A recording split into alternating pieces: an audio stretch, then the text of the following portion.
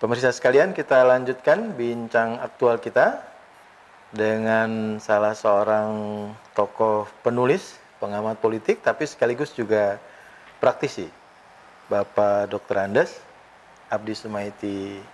Berarti sudah master sekarang dari Riyadh, Pak? Iya, sebenarnya mengenai pendidikan itu statusnya saya sudah master karena sudah selesai lulus di Ma'had Ali. Ya. Ma'had Ali ini ya stratanya itu untuk S2 paling tidak. Bidang Bidangnya bidang publisistik Islam. Islam. Jadi saya mengambil jurusan Al-I'lam ya publisistik. Maksudnya fakultasnya itu lembaganya itu apa tentang Jurusannya? publisistik ya. Terus mengambil jurusan publisistik Islam. Jadi selain sebagai seorang penulis, beliau aktif di Dewan Dakwah Islamiyah Indonesia, ya. Tapi juga beliau akhirnya terpilih sebagai anggota DPD RI untuk daerah Banten, ya, provinsi Ya, Banten.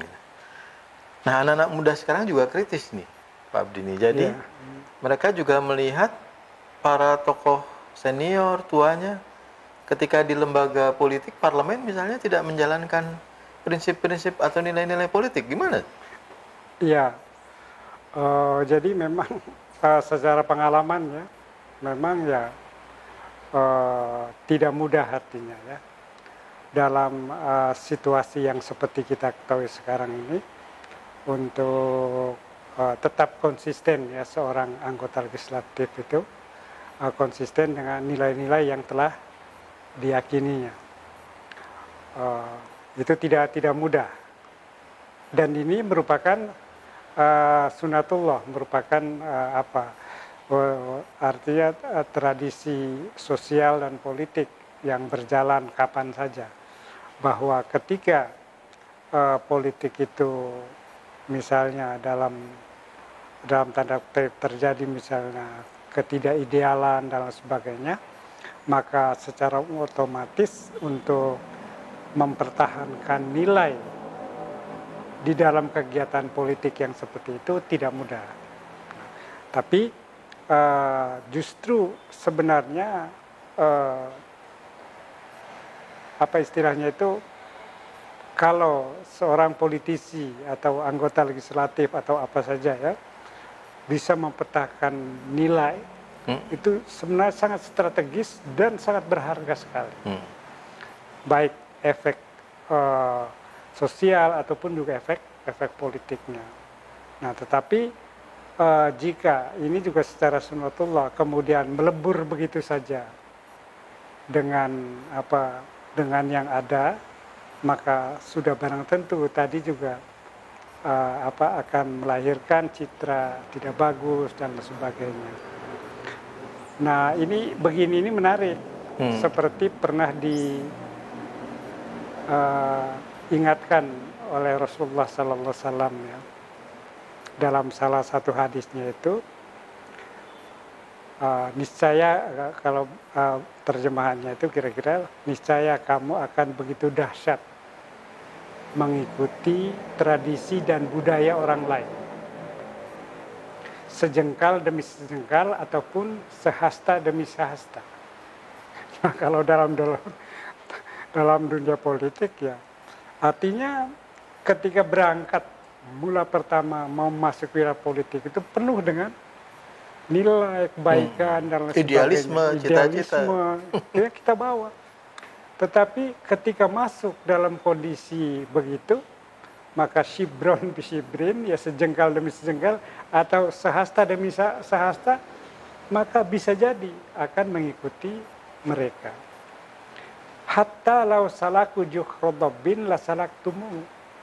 Sampai-sampai kata Rasulullah, seandainya mereka itu masuk lubang biawak, maka kamu juga turut masuk ke dalamnya. Jadi ada kondisi-kondisi begitu. Nah, hadis ini jelas mengisyaratkan bahwa pentingnya tadi itu nilai kekuatan nilai dalam memasuki arena apapun, termasuk arena politik. Jadi nggak bisa single fighter ya? No modal berani atau modal nekat aja terjun ke politik. Iya, tidak. Itu harus harus komunikasi yang bagus dan lain-lain sebagainya. Iya. Nah, persoalannya juga bahwa sistem politik kita yang dominan sekarang adalah pragmatisme.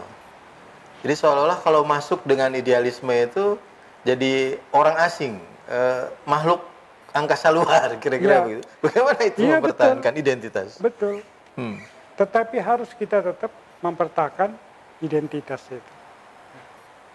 Bisa jadi dituduh asing dan sebagainya, justru di dalam hadis yang lain juga gharib itu menjadi orang asing itu suatu keharusan, dan kita harus tetap berpegang teguh meskipun dipandang sebagai orang asing. Karena apa? Tadi orientasinya pada nilai tadi, masalahnya itu. Nah, dengan demikian maka siogjanya bagi generasi muslim yang masuk dalam dunia politik itu konsistensi pada nilai itu. Dengan resiko misalnya salah satu dicap sebagai orang asing, apa-apa dipinggir-pinggirkan dan lain sebagainya. Tapi tetap kita pada konsistensi nilai itu. Ya, sebab kalau semuanya ikut arus, lalu proses pembusukan politik terjadi, maka situasi chaos seperti sekarang kan? Betul. Masyarakat tidak percaya lagi. Tidak percaya lagi, itu justru. Nah, bahkan sekarang juga umat Islam di Indonesia kan mulai ditampilkan kan opini-opini apa yang disebut partai Islam ideologis dan sebagainya.